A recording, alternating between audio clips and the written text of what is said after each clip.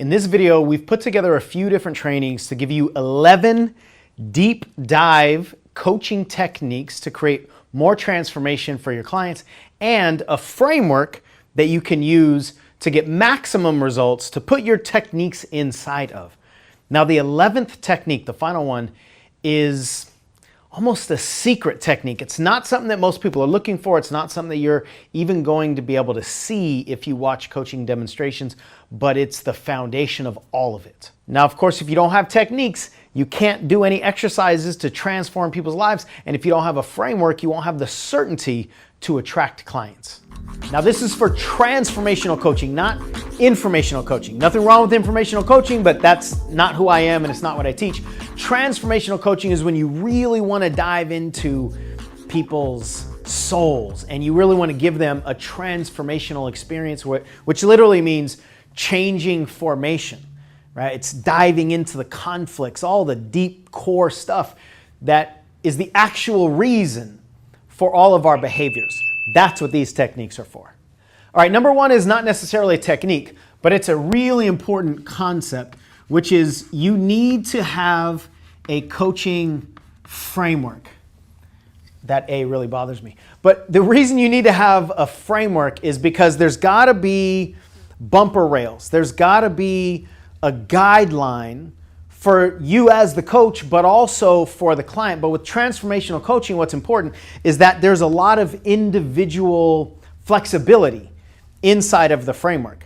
However, if you just rely on individual flexibility and there isn't any set framework, then it's just easy for coaching sessions to get messy, and it's going to be really difficult for you to sell your coaching services unless you have like a high level pathway that you can illuminate for people. And having a coaching framework is one of the most critical elements to increase your confidence as a coach. Now, for most people, to get a framework, you need to have a certification. The certification will teach you the framework. My certification is all about deep work. And I believe that a certification should really focus on humans. How do humans behave? What drives human patterns? Why do we sabotage ourselves, etc.? So if you're interested in that, I'll put a card up there and there's information down below in the description if you're interested in taking a look at our transformational framework. Number two, identify their model of the world. When you get into a coaching relationship, what too many people do is immediately start coaching. But you've essentially got to like sit beside them on the couch of their life. And you want to first figure out, how are they viewing this thing? How are they viewing the world? How are they viewing themselves? How are they viewing other people? How are they interacting or engaging with their problems? Whatever the topic of the conversation is, whatever they want you to help them with, how are they relating to all of that stuff?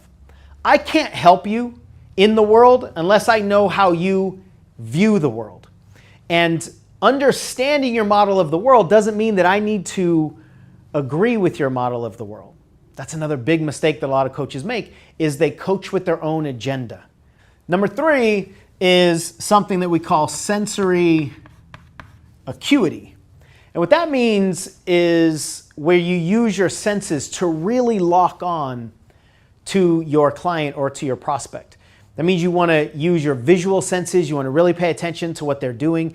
People squirm a lot, or they use their facial muscles a lot, or sometimes they'll lean back or lean in or look up or look down. And all of those are clues as to what's going on inside their body. Now, if you can't see them, they're not on video or they're not in front of you, you want to really pay attention to the way they use their voice. If you listen to how somebody talks, you'd be amazed at what you can really pick up. You can pick up when they're smiling. You can pick up the rhythm of their language. You can pick up when they withdraw a little bit energetically or when they get more animated and activated. And what happens here is you fall into rapport with the client, which is one of the most critical elements of deep transformational coaching, especially if you're going to do coaching that might make people a little uncomfortable. You need to have rapport, and in my experience, the best way to have rapport is to be fully present. Pay attention with all of your senses. Be in this state of wonder and just try to fully understand as much as you can that person and how they're interacting with the world. And you'll fall into a state of connectedness that is going to make them trust you more and make them a lot more likely to hire you as a coach. Number 4, get leverage. Leverage in a coaching context is essentially the reason why somebody would want to change now. Not why they might want to change later. Why would they want to change now? If you don't have leverage, if the client doesn't say, I want to do this work now, then what you say next could be resisted because they haven't chosen to change. And until they choose to change, the way to change is pretty irrelevant. So we are always, as coaches, paying attention to whether the client has leverage or not. Now, the more rapport you're in with the client, the easier it is for you to ask questions that will get leverage, such as what's the cost of holding on to this problem? Or if you don't do anything about this, a year from now, what's going to happen? Where will you be in your life? Or who's watching you? That's a really good one with parents especially. Who's watching you and paying attention to how you're living your life or how you're dealing with confrontations or how you're dealing with tolerations. And a lot of times we explicitly ask, when do you want to make this change? And any version of now is what we're looking for. So we got to have leverage with deep work. Number 5. This might be a little hard to see from back there, but you want to be a language cop. You want to be so locked on to their language that you see the words in between the words, that you hear the things that they're not saying, that you're listening for the embedded questions that are inside their language. And most people speak unconsciously. Most people do not filter their language with a lot of conscious awareness. So language is the best place for us to identify belief conflicts, for us to identify rules that they might be living by according to the way the world works, for us to identify what their values are. It's the best thing to pay attention to because language will give you a direct road into their belief system. And since most people speak without a filter, they're not paying attention. They can't hide the energy and the emotions in their language. Even if they tried to, most of the time, they can't hide it. But most people are not trying to. So when you understand how human language is created and all the internal things, the values and the beliefs and all the stuff that's going on at a deep level that's driving human behavior, when you understand, it's like understanding the engine of a car. If you understand the engine of a car, then you're listening for the noises that the car makes. And you might hear a certain noise and go, oh, well, that's because this, I have no idea how cars work, so I'll probably make a fool of myself right now, but it's because this thingy, whatever the thing is, this I want to say cord. I'm trying to find another word for cord. The pipe, the key, the broom, whatever's in there, it's not in the right place, right? So if you understand how the engine works, I can't believe how ridiculously ignorant I am about engines. The hose, that's what I was looking for. The hose might be disconnected, but if you don't understand how the engine works, you might listen to a noise that the car is making and completely misunderstand it and do the wrong thing. So that's what we're talking about. When you really understand the full human beneath the surface, then the language will tell you where you need to go. And in order for you to pick up on that, you want to be a rigid language cop. Number 6 is to use IR systems. That means internal representational systems. This is how we consume the world. And you've probably heard of visual learners or auditory learners or kinesthetic learners.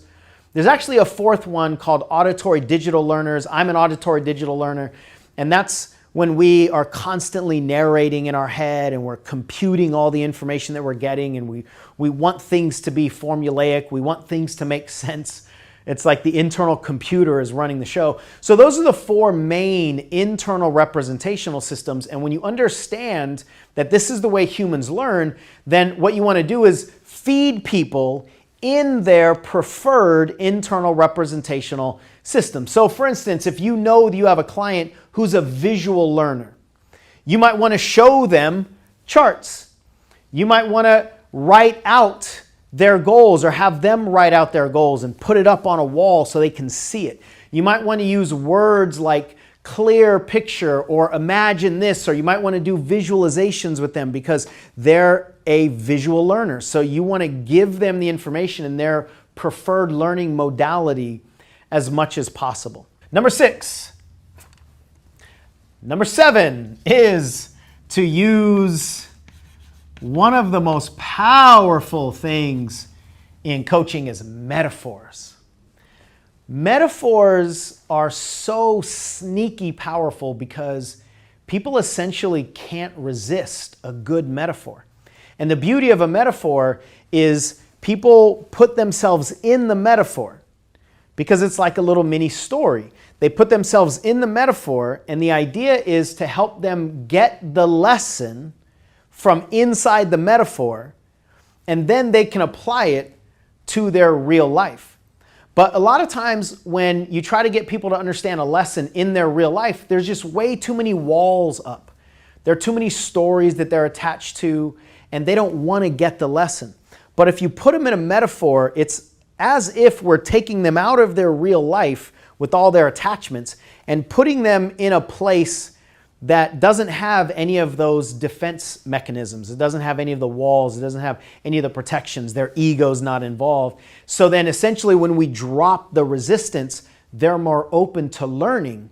So one of the most powerful breakthroughs I ever facilitated was delivered through the metaphor of racing. One of my first clients told me that she loved auto racing. She loved Dale Earnhardt. And so we were talking about deep trauma in her life, and I put it in a racing metaphor.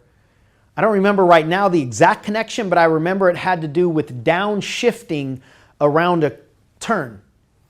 And for whatever reason, that downshift metaphor just made her go, oh, I get it. And then as you come out of the turn, you start to accelerate. You don't wait until you come all the way out of the turn. You start to accelerate so that when you come out of the turn, it was beautiful. And then she just had this massive breakthrough because I put it into a metaphor that she really understood. Number 8, always reframe. Basically what reframing is when you take somebody's memories or the way they're holding on to their past, and you don't change what they've done, but you change the frame that they're holding it inside of. So a lot of people have decisions that they've made in their past, and they're holding it in a frame of shame, or in a frame of being a loser, or in a frame of being a stupid business owner. That was one of my frames, actually. So we can't ever change what has happened to us in the past, but we can change the way we're holding on to it. And then reframing is essentially a muscle that we can use going forward as well. Once we teach the client how to reframe their past, then we can teach them how to reframe in the present moment to open up a lot more possibilities in the future, so they don't stay restricted inside of the normal frames of their past. The 9th one is voice the emotion. Voicing the emotion. So many of us have been taught to suppress our emotions.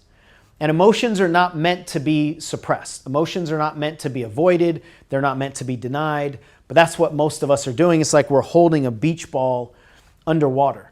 And that beach ball will come up. As soon as we get exhausted enough, the beach ball will come up. And that's where people lose all control of their emotions and they just go into this massive rage, or they just cry uncontrollably and they lose all sense of stability at an emotional level. It's because they don't have emotional control, and it's usually because they've been suppressing their emotions for so long. So some of the most powerful work we do as transformational coaches is to help people express their repressed or depressed or suppressed emotions. And the best way that we know how to do it is through the voice. Give the emotions a voice. And it is so freaking cool to watch an emotion grab a microphone and then start talking.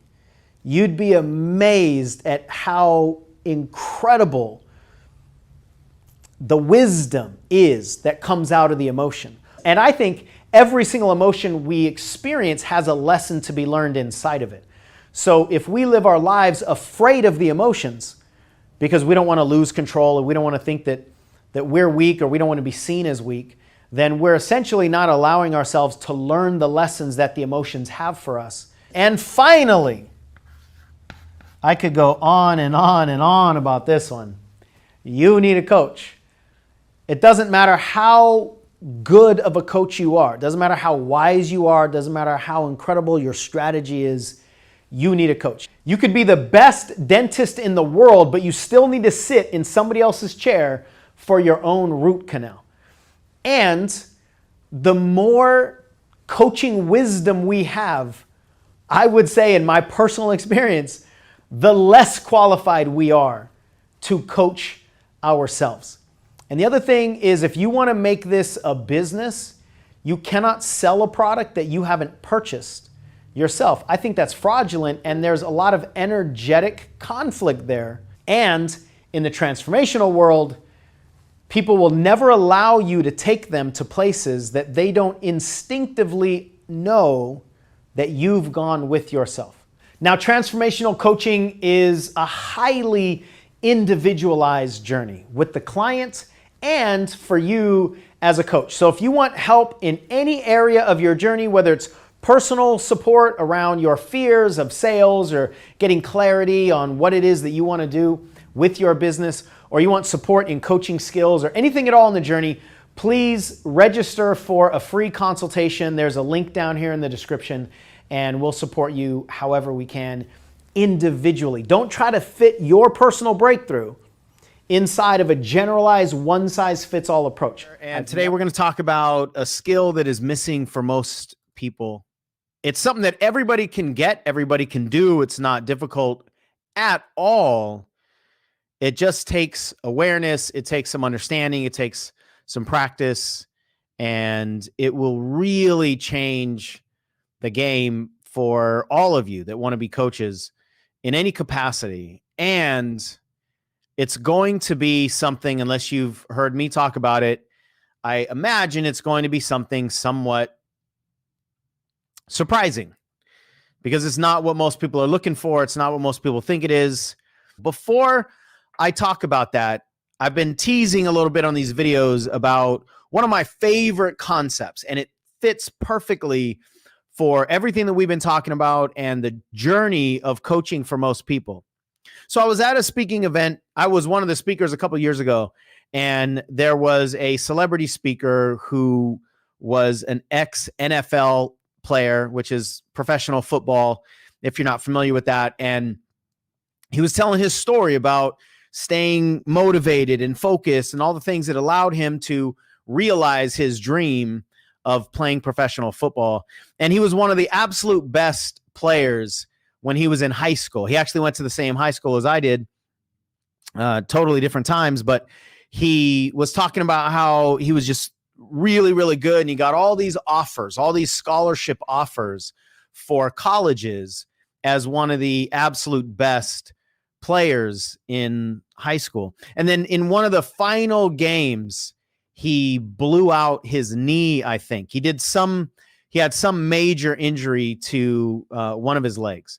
And I mean, in any sport, that's devastating. In football, it's completely devastating, especially for his position. And the scholarships all were taken away because none of the colleges wanted to pay for him anymore since he had this injury. And so he was incredibly depressed. He figured that his dream wasn't going to be able to come true anymore. He didn't have any colleges that he thought he needed to go to in order to get to the National Football League. And he was talking with one of his friends who was also one of the star athletes, and he had these scholarships to go to all these other schools as well. And his friend was just giving him a pep talk. And the player was, well, they were both players, but the guy of the story, the main guy of this story, was telling his friend that there was only one school that would allow him to come play, and it was the small school, and nobody had ever made it to the NFL out of this school. And his friend, in consoling him, he just said, if you can play, they'll find you. And so he said, just put your head down and do the work and do everything that you possibly can, because if you can play, they'll find you. And I heard this story, it was probably 2.5 years ago, and that line landed so hard for me, but I didn't know why. I never had this actually happen to me where I caught something, I wrote it down, but I didn't know why it was so profound. But I knew it would be profound. I knew that in some point in the near future, that line is going to really mean something. That's going to really land for me. And then about 1.5 years after that, it did. If you can play, they'll find you. It landed for me when we were trying to figure out why most coaches actually struggle and why most coaches don't realize their dreams. And when we looked at whether it was people's sales skills or whether people are outgoing or introverted or extroverted, or what kind of voice they had or what kind of messages they shared or what kind of topics they taught, we were trying to look at all these variables, and then it hit me.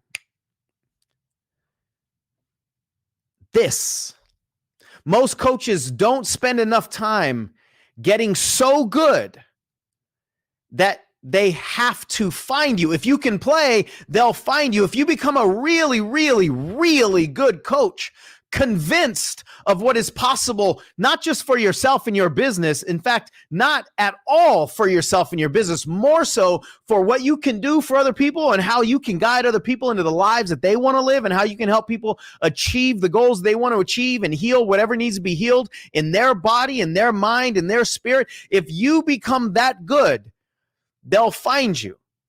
You can't not succeed, because you'll cross that line of no return. You'll cross that line if I can't not do this. And the reason that most people are failing is because they've never really tapped into that place where their conviction over what's possible and their conviction about what they can do as the coach to help the people, it just isn't big enough. But if you study and become a really good coach, if you can play, they'll find you. My add-on to that for this context is if you can coach, they'll find you. And if you can help, they'll hire you. But see, most people are trying to get hired before they really have become a coach that will command clients. Most coaches are demanding clients. They're trying to learn the sales skills. They're trying to learn the marketing funnels that will bring the clients to them, and their coaching ability and their coaching certainty and their coaching confidence and their coaching energy doesn't command clients because it doesn't deserve the clients that they're wanting to attract. But if you can play, they'll find you. If you can coach, they'll hire you. But that takes intention.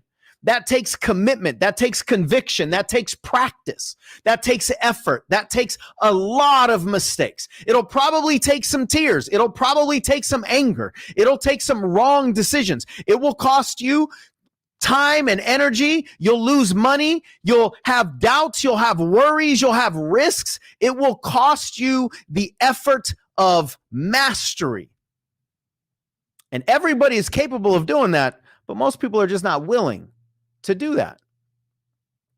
But see, I think that's a good thing, because if what's going to separate normal coaches from really, really good coaches is just effort, then anybody and everybody can choose to make that effort. So remember, if you can play, they'll find you. if you're not attracting the clients that you're wanting to attract, instead of trying to get better at selling, increase your value, increase the magnet that will attract the people, rather than trying to find a rope that you can chase them down and corral them with from a further distance out. Increase your value. And what that usually will mean is your internal skills, your certainty. And let's get into this single skill that most coaches don't have, that I believe is the difference. I believe is what makes a great coach a great coach, and what makes a so-so coach a so-so coach. Did you catch it? I just did it. It's listening. It's not what people are searching for. It's not what most people think it is. It's not anything that we can see. So when we watch people coach, if you watch demonstrations from coaches or motivational speakers that you watch, most people are not watching for how the coach is listening, because that's not something that's visible. We see what they say. Therefore, we think we need to say what they say in order to be a good coach. We need to understand the exercises. We need to memorize the stuff that comes out of our mouth that's going to transform other people's lives. And while that, of course, is a piece of coaching, that's above the water. That's what you see above the surface.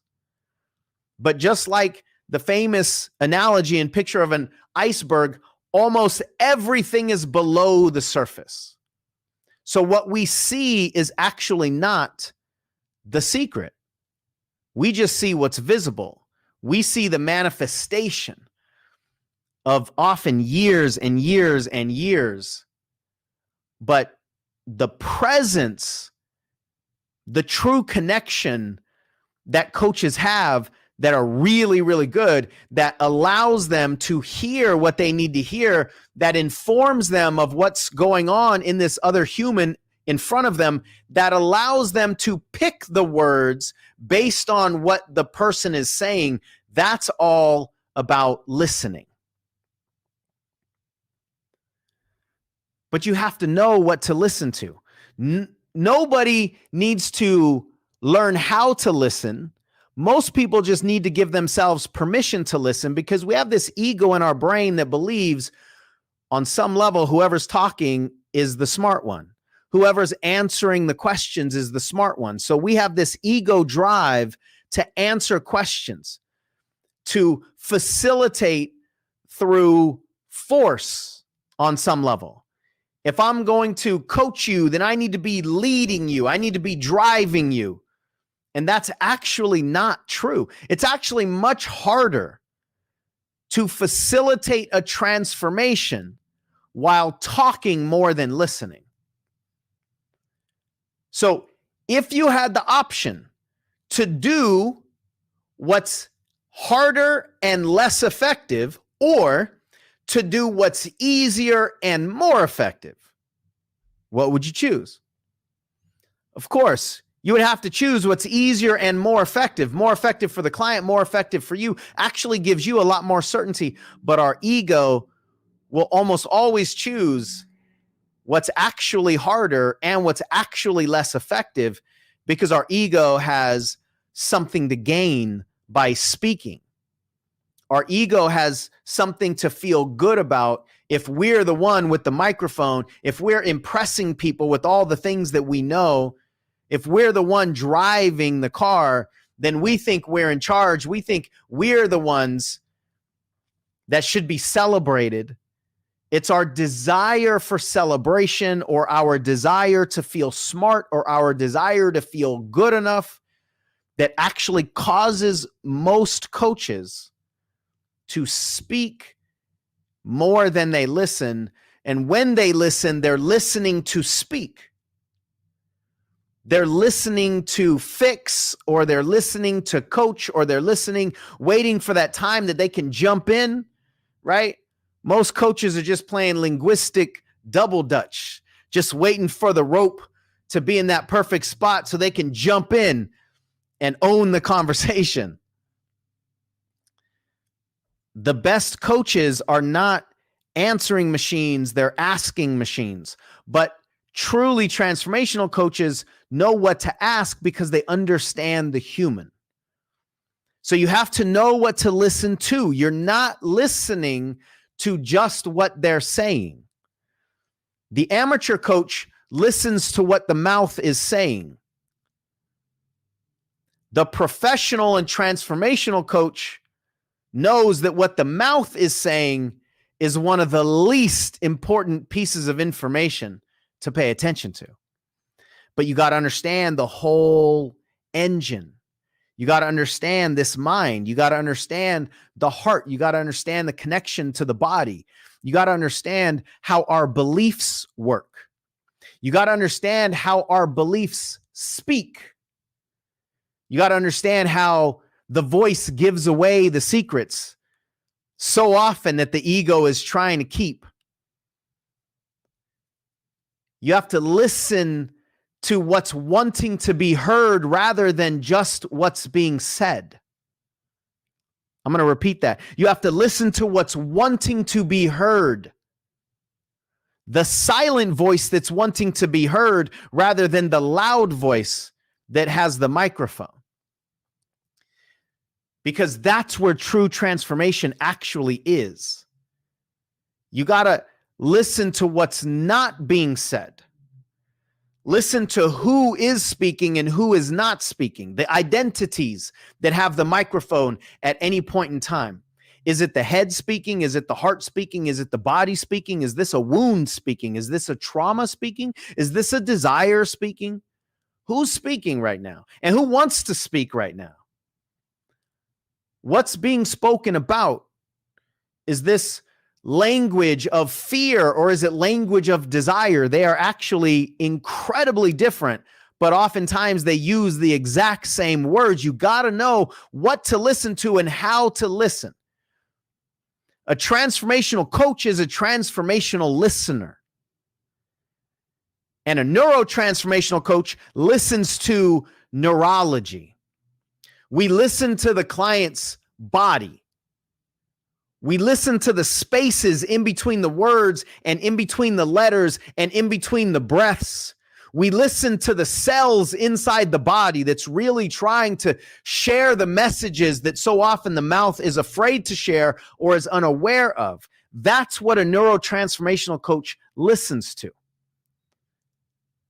And if you know what to pay attention to and you know how to pay attention, once you learn that listening is an active sport rather than just a passive one where you just sit back and let their words hit your ears and then let your own internal pinball machine play with their words inside and then spit something else out, you've missed the whole thing. You've missed the whole thing. But if you know how to listen actively and you know what to pay attention to, they'll give you everything. They're inside this cell holding onto the bars. They'll give you the key that will allow you to facilitate them to unlock themselves. They'll give it to you. But you have to know what to listen to. And because of the way that we are programmed to speak, and the way that we are programmed to listen, most people miss all of this. They miss all of it. We speak unconsciously. We listen unconsciously. We have to listen intentionally. We have to listen consciously. We listen consciously to the unconsciousness. But we have to listen intentionally and actively if we really want to be a neurotransformational coach. And I'm telling you guys, when you learn what to listen to, they'll give you everything. They'll give you their playbook. They'll give you the questions that they need you to ask them. They'll give you the direction that they need the call to go in. They'll give you everything. But if you don't know how to listen and what to listen to, you'll miss it all. The answers are inside, underneath, all around. The sounds, the vibrations that are actually coming out of their mouth. And for most people, the language is just in the way of their breakthrough. The language is in the way of their breakthrough. So if the language is in the way, if it's one of the obstacles that's actually blocking them from their breakthrough, and all we do as coaches is listen to the language, then how can we help them with their breakthrough? Because the same language that's fooling them is fooling us. So don't listen to the language that has convinced them of something that's keeping them stuck. Learn how to listen through the language, around the language. It's almost like we ask questions sometimes as a misdirection. It's like, I'm going to ask you a question so I can get your mouth moving, so I can look from a different angle and actually see inside to something that you're not seeing. Or get you to say something and then feel something you've never felt before underneath the language that you've never paid attention to before. Because the body tells a story that's different than the one the mouth is telling. Neurotransformational coaching is about changing the cells in our neurology. So we got to listen to the body. We got to listen with our body. When two humans talk, there are two stories being told. One with the mouth and one with the body. The listener is usually listening with their head to the mouth. And that's why not a whole lot gets done at a deeper level. We got to learn how to listen at a deeper level. And we can listen with our body to both stories. We can listen to the one the mouth is telling, but the one we really want is the one the body is telling. Because the body tells the whole story. The body can't not tell a story. The body can't stay silent. Even if people go, okay, body, calm down, cut it out. It can't stay silent. It's impossible. We are beings of vibration. We're beings of emotion. We all have an inner voice that's dying to be heard. Even if we try, we can't shut the body's story down. So then the question as a coach is, are you going to learn how to listen to it? This is really what it's all about. It's neurotransformational listening. And when you can listen at that level, you will create and allow and increase a level of rapport that's already there between humans.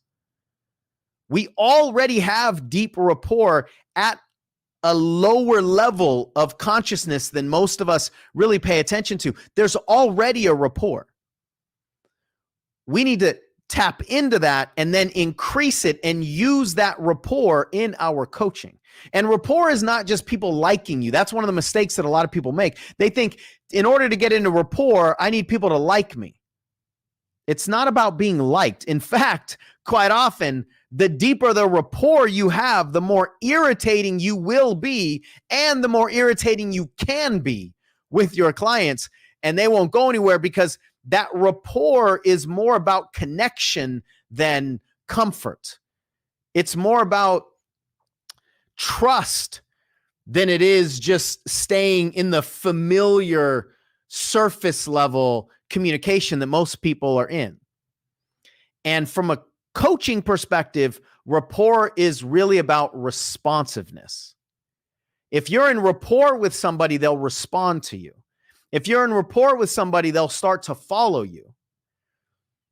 And that's what we need as neurotransformational coaches. We need a connection where people trust us and they'll follow us. Otherwise, there's not much that we can do for them. And the way that we tap into and connect with and then use that rapport is with expanding this hyper awareness that we have so that we listen to the whole body. We listen to the energy. It's like you just listen to the whole thing. Instead of focusing on a single actor on the screen of the movie, you listen to the entire theater. And what you'll find is that the things coming out of the actor's mouth are some of the least important things. That's neurotransformational listening. So today what I want to share with you is a coaching framework that I've developed, over the last 7 or 8 years as I've been coaching, that I think will really help you have that framework in mind and conceptually be able to take people through the certain steps. Whether we're talking about a single phone call or a long coaching program, you can use this framework. And the framework is called Ignite, because that's really what we want to do, is we want to help our clients ignite into a better reality, ignite their goals and so forth. So with the Ignite framework, it's an acronym, and each letter obviously stands for something. I stands for identify. And what I'm going to do is just run through each of these words and then, or phrases, and then go deeper into each one of them on the next pages. So G is to get leverage and permission. N is for new outcomes. I is for the inner work. This is my favorite. This is where the juice happens. T is for test and connect. And then E is to empower them to succeed. It's a lot harder to write at the bottom than it is up at the top. So let's jump right into this framework. Identify, what that means is at the very beginning of your interaction, what you want to do is identify with them, and basically what we're talking about is you want to understand their models of the world.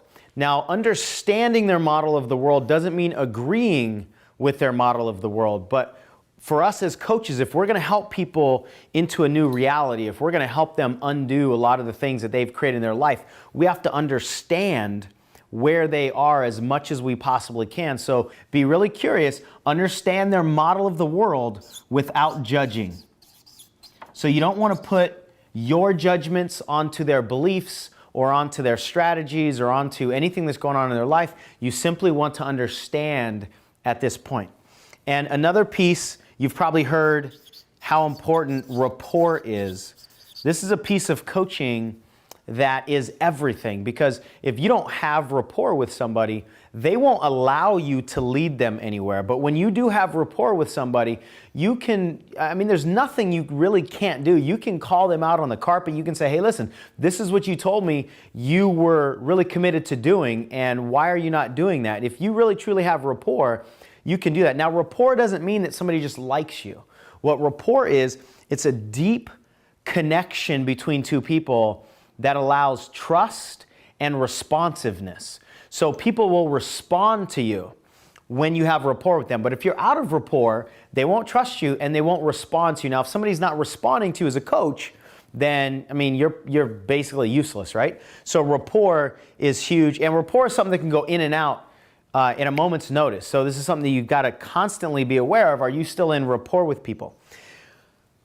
As you're in rapport, you want to really listen to their language.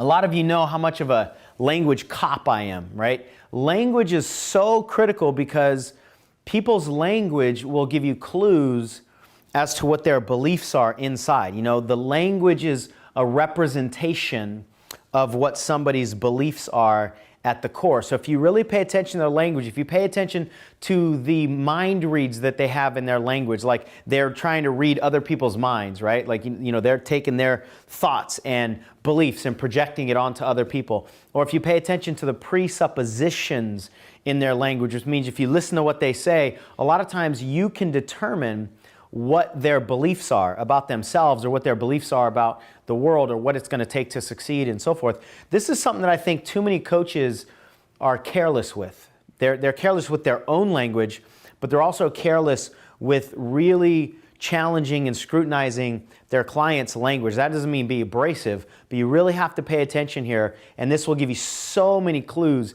as to what their model of the world is. Another huge piece of coaching is to use what we call your sensory acuity. And this really goes hand in hand with rapport, but it's a little bit different. It's how you stay present and really truly connected with somebody. And sensory acuity basically just means you're paying attention at a very connected level. You're paying attention to their eye patterns. You're paying attention to their breathing patterns. You're paying attention to their body language. You're paying attention to when they have ahas. If you really pay attention, you're connected with somebody, you're present with them, you can literally see in their face when they have an aha. You can see them go, oh, and their eyes will light up. Or sometimes their eyes will go down, and you can notice those shifts that they make, and you can ask them about it, or you can tailor your coaching method at the time according to the way that they're responding and so forth. So this is a way to stay really, truly connected with your client. And obviously, all focus is on them. One of the worst things that we can do is coach or speak or market from our perspective. We've got to put all of our focus and all of our awareness on them for us to serve them as best we can. And this last piece, if you really want to be a master coach, you've got to learn and study and master as best you can people's learning styles. You know, there are 4 main learning styles. Most of us know the first 3, visual, auditory, and kinesthetic. But there's a 4th one that NLP teaches called auditory digital, and that's just people who are, you know, really logically oriented and always in their brain. But if you understand that there are a bunch of different learning, not a bunch, but there are 4 different learning styles that people use, you can assess what your client's learning style is. You can make sure you're cycling through learning styles with your own language and so forth, and really get to people better, because they are going to receive information best in one certain way versus the other 3. So that's a mastery skill. That's identify step. The second one, the second step, and it's not necessarily a sequential step, but the second piece in the Ignite framework is to get leverage and permission. Now, this is generally a short step, but it's absolutely critical, and so many coaches skip over this. But if you don't have leverage and you don't have permission, you know, you don't have anything that you're going to be able to help people with, right? And leverage is basically, you know, the reason why somebody might want to change. And there's only 2 motivators to act. There's pain and there's pleasure. So what you want to help your clients do is understand, you know, what are their current strategies creating in their life from a pain perspective? What are their goals going to create in their life from a pleasure perspective? And if you can really kind of, you know, take your thumbs and push on some of these pain points or pleasure points, not literally, but figuratively, emotionally, then you're going to have a lot more leverage with your client. But then the second piece is you got to make sure that they are giving you permission to coach them. Because if you just overstep your bounds and you jump in, you try to coach somebody who hasn't asked you to help them or hasn't at least given you permission to help them, they will probably resist. Even if they don't resist outwardly, they will probably resist inwardly because they didn't ask for your help. And 2 ways that I like to ask for permission, I mean, very simple. If you want some questions, is you can just say, you know, is this something that you want help with right now? People really, truly like to be helped, even though a lot of people won't ask for help. We like to be helped. And it shows them that you're coming from a place of service. If you want to be a little bit more direct, you can say, do I have your permission to coach you through this right now? So it's just, you know, takes 10 seconds to ask one of those questions, but getting a yes, I mean, obviously you want to get a yes. If they say no, then stop. You know, if you try to push against somebody who hasn't given you permission, you're going to waste your time. You're going to create disconnect, and then that could actually be damaging long term. So if they say yes, though, then anything you do from that point forward, they've given you permission to. So it's a huge step, very simple. Don't skip over that. The N in Ignite framework stands for new outcomes. And again, I would say a lot of people are kind of careless about this one. And a lot of times we think we know what our clients are wanting because of our own Beliefs, if somebody says they're overwhelmed and I know that when I'm overwhelmed, I want clarity, I might try to coach my client into clarity, but they might not want clarity. So what's really critical is that you just simply ask them, what do you want? And you want to get it in their terms. You want them to say, what I want is this, or what I want is this, or what I don't want is this or that. And when you have it in their language, now you've got a much better chance of really guiding them to where they want to go and get to this step that I'll talk about a little bit later. Get to a step of completion, because it's like you're starting with the end in mind. That's the idea. And for them to say, this is what I want to help, or what I want you to help me with, is critical. And now it feels like you guys are together and you're not on different sides of the fence, so to speak. And with the new outcomes, we could be talking about short-term outcome, like what do you want at the end of this phone call? Let's say you have a 10-minute phone call with somebody. You can say, how can I help you in the end of these 10 minutes? What is it that you want to walk away with this phone call with? Or it could be long-term. At the end of our 12-month coaching program, what is it that you want to be experiencing, or what is it that you want to walk away with, and so forth? But it's critical to get really clear on what those new outcomes are early on. And with new outcomes, whether it's setting goals or, for the most part, setting goals, but when anybody wants to change something, what's critical is that they're committed to it. And too often in our society, we just think commitment is like some switch that you can just turn on and off, or it's like something that people have is discipline, and some people just don't have discipline, and that's just not the case. If you really understand how the unconscious mind works, we can engineer commitment.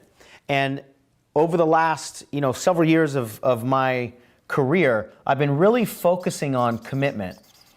And so one of the frameworks that I teach is the 8 components of commitment. It'll really help your clients set their goals properly and go after them and actually commit to them. And it's all based on the unconscious mind. How does the unconscious mind work?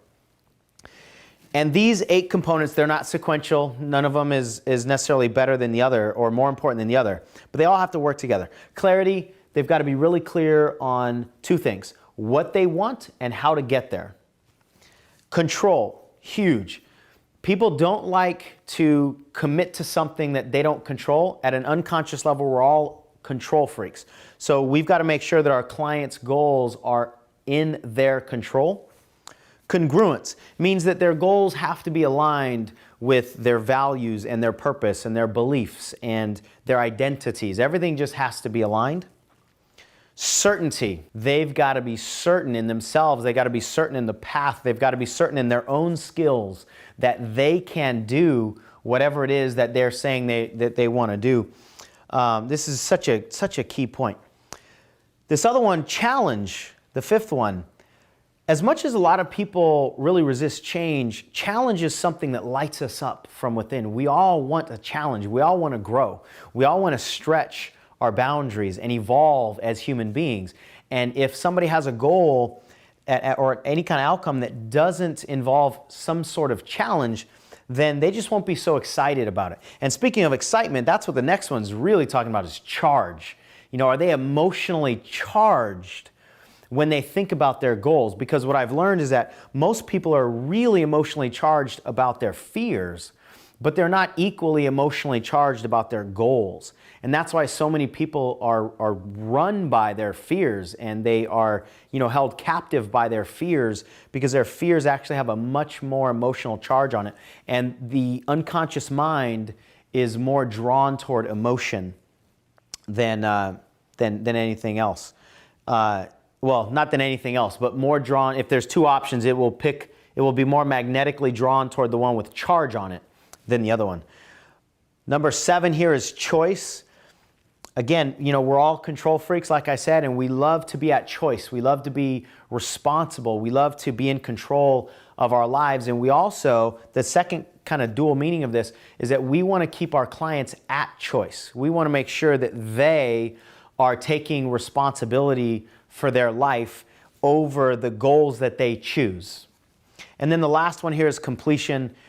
we don't like to commit to anything unless we know we're going to be able to complete this thing and feel good about a sense of accomplishment afterwards. Nobody likes just running in the mud and not ever being recognized or not ever, being able to measure something and say, yeah, I did it, good job. So if you can use these 8 filters as a way to help your clients set better goals, then they're going to be able to commit to them more. And obviously, if they're going to commit to them more, they're going to have better results, better success, and so forth. Okay, the next one, the inner work. I said I love this part because this is where it gets really juicy. And if you notice, up until this point, we haven't done any coaching yet. We've pretty much just done a lot of asking questions and understanding where they are. And now, once we have a clear idea of where they are, where they want to go, now it's when we reach into our toolbox and pull out some kind of coaching tool that can help them transform. And transformation really requires internal shifts at a core level in any or all of these 7 things. And again, this is not in any sort of sequential order either. You've got beliefs, strategies, identities, how somebody really feels about themselves and how they see themselves, habits, language. I talked a lot about really helping somebody stay empowered with their language is one of the best things you can do as a coach. Emotions. Sorry about that. And values. Now, this isn't necessarily an exhausted list. There's plenty of things that might have different words that will come up in your coaching career and your coaching relationships. But these are some of the core ones. And beliefs, this is really where it's at. I mean, every result in somebody's life is going to be a function of some kind of internal belief. So if you really want to be a change agent for people, you've got to be able to help them shift their beliefs. When you can help them move at an unconscious level, there really truly isn't any limitation on where they can go. And we can absolutely do this if you understand beliefs, if you understand how they are created, if you understand how to shift them. And I think a lot of times people give kind of lip service to beliefs. Like, we know that we're not supposed to have these limiting beliefs. We know we're supposed to believe in ourselves. But too often coaches really can't make those internal shifts for people. And I want you to be able to do that because that takes your skills to a whole new level. And I'm not going to get into each one of these individually, but just know that there's a lot of strategies, a lot of coaching exercises that can help people shift each and every one of these. And for me, this is the best study out there. For me, neuro-linguistic programming, or NLP, is the most comprehensive and complete study of human behavior out there that I've seen. And I've gone to so many conferences and studied so many things. But NLP is the best thing that I've seen. I've got certified in NLP. It's totally changed my life. It's the platform that is, at the core of pretty much all of my coaching and teaching. And the reason that I think it's the most complete out there is because it can help people deal with like the really deep emotional wounds and pain that they have in their life, or stuck, repressed stuff.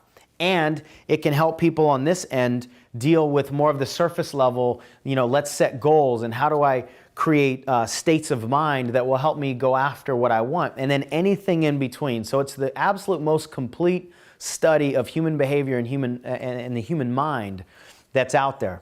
So I would definitely suggest studying NLP. The T in Ignite stands for test and connect. Now again, this is a short piece of the framework here.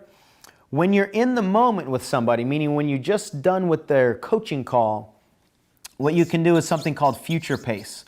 So let's say somebody comes to you and they say, I want to get rid of my fear of making phone calls, and you do some of the inner work with them, and then you say, okay, I want you to imagine making a phone call. Do those fears come up? And obviously you want them to say no, but that's not a real test because you're still on the phone with them. That's why it's just a future pace. Long term, we're going to constantly assess. So when they do make those phone calls, does the fear actually come up? And if it does, then let's do something else. If it doesn't, then let's keep going and so forth. So constant assessment to help people test. And then the connection part, we want to keep them connected to two things, a higher power and a higher purpose. A higher power for them, whatever their spiritual, religious beliefs are, if they just believe in, just this earthly power, whatever that is for them, something bigger than them is really important to connect their work to, as well as what are they here to do? If you can help them see that their work is going to help them contribute on some level to what they're on this planet to do, then that's huge for them to keep going. And as you help your clients develop new patterns, this is one of the most critical pieces that I've noticed. I didn't realize how important this was, but we're talking about new habits, and what you've got to do is help them notice and nurture the new. Notice when they have new results that they were looking for, because it's really easy for clients to just get caught up in the habits and not notice their progress. So you want to teach them to notice their progress. You've also got to help them nurture the new habits, whether it's just teaching them little simple exercises or how to connect with accountability partners or whatever it is. They've got to nurture these new habits because, habits are like kids. You give birth to them and you got to feed them and clothe them and change diapers for a long time before they can really, take care of themselves. And that will help them stay connected to, and it's really a piece of leverage, stay connected that it's working, and recognize and notice that all the things that they're putting in place is actually giving them progress. And the final letter here in the Ignite framework is for empower them to succeed. What good have we done for somebody if we help them shift their mindset or shift their reality, but we don't give them any kind of long-term success on their path? So we've got to set them up to succeed. And there's a few things that I think are critical. Number one is a personalized game plan. Don't give your clients something that you give everybody. It's just a one-size-fits-all approach. We as humans are going to commit to something that we create that has our name on it. So you really owe it to your clients to give them something that has their name on it, something that they can really fight for and rally around. And then this next concept, I call check and choose. And what that means is, the constant assessment that I was talking about before, check in all the time with what the results are based on the new habits, and then you can always choose differently. You can choose to maintain what you're doing and keep going. You can redecide and switch to a new pattern or a new commitment. But this check and choose idea is really a way for the clients to stay fluid and flexible as they move on and as they make this progress, because they don't have to just stay committed to one path if there's like a detour that has to be had. So I think this is a mentality piece that we can help install in our clients that's so beneficial. This other one is so important that I tried to write it down earlier. That was a joke. Supportive environments. Environments are critical. Most people are trying to get their goals with just willpower alone, a conscious choice. I'm going to do it this year. But if their environments are not supportive, they just have no chance. Their environments are on 24 hours a day. So one of the best things we can do is help our clients create the external as well as some internal environments that are going to attract and support their goals. So they're not just swimming upstream all the time. Another really key piece as a coach is to begin and end on some sort of high note. I like to start my coaching calls with just a new and good, right? So what's new and good since the last time we talked? It kind of starts with a high piece, and then you always want to leave them on a high note. You don't obviously ever want to leave any kind of client, in any kind of down or depressed note. And at the end of your coaching session, you want to check for completion.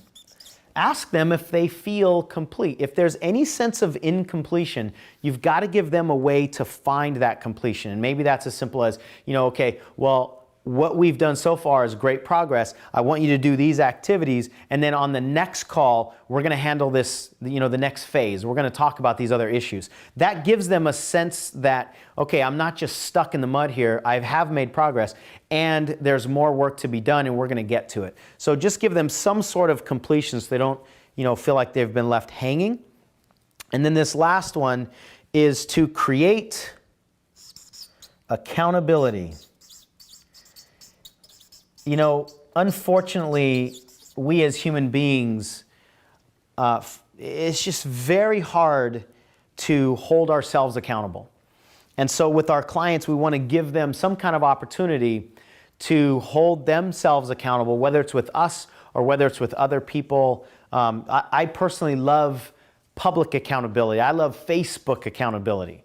Many of you might have seen some of my Facebook posts where I say, listen, I'm going to follow this diet for this week, and if I don't, then I'm going to pay $50 to the first 20 people who comment on this post, and all of a sudden, I got $1,000 on a public forum in Facebook with some accountability on it, and I've never had to write those checks because some kind of, public accountability that people can keep checking in on is so critical to help keep you focused, number one, on what your goals are, and to help keep you within those boundaries of your commitments. So, that's my Ignite framework. And I know it's a lot of stuff. It's not something that you can just absorb right away and instantly, put it into your coaching, but it's really worth taking the time to put it into anything that you're doing. I mean, you can implement some of these things in your seminars, definitely in your one-on-one coaching, your group coaching, and it's just been a real big game changer for me. It's so good to have a framework that you can follow from your own perspective so that you've got a little bit more certainty, you know where this is going to go. But it's also great to have some kind of framework to kind of open up to your client and say, this is where I'm taking you, this is where we're going. It calms them down and it lets them know to some extent that you're in charge, and not from like an oppositional standpoint, but you really know what you're doing, and they will be more likely to follow you and to allow you to help them. Now, if you like this video, check out that video with some of the absolute best questions I've collected over the years to use when coaching clients. Coaching is really about asking questions. The best coaches are not the ones with the best answers. The best coaches are the ones with the best questions. So don't try to be an answering machine. Become a really good